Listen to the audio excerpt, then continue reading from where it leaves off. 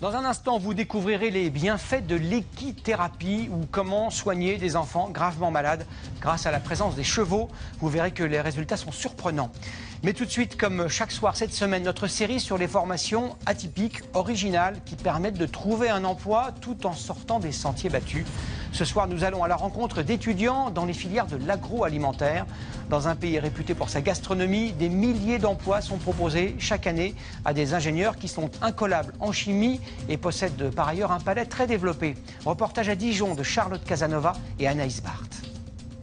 Claudia ne sera pas cuisinière, mais dans quelques mois, ingénieure agroalimentaire et diplômée de l'école AgroSup Dijon.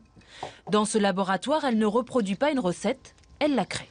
Donc là, je prépare les yaourts avec les concentrations dont on avait parlé. Stagiaire dans un grand groupe d'électroménagers, elle doit concocter le meilleur yaourt possible.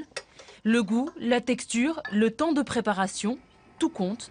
Elle doit trouver la formule qui accompagnera la yaourtière de demain. C'est plus technique que de la cuisine parce qu'au niveau des ingrédients, il faut qu'on sache comment ils réagissent entre eux.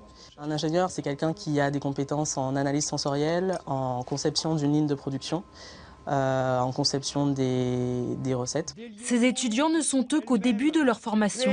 Après 2 ans d'études supérieures et un concours d'entrée, chimie, microbiologie, nutrition ou analyse sensorielle, ils découvrent le domaine de l'agroalimentaire. Ça, bien entendu, en agroalimentaire, c'est vraiment pas bon pour la santé.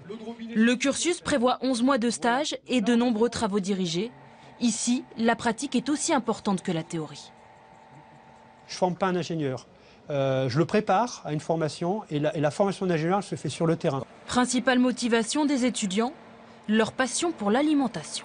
C'est vraiment intéressant de voir ce qu'on peut faire, tout ce qu'on peut faire autour d'un aliment et tout ce qu'il y a à l'intérieur, de découvrir tous ses constituants. Dès qu'on ouvre une porte, c'est le palais des merveilles. Reniflez chacun votre tour. Ce secteur ne connaît pas la crise.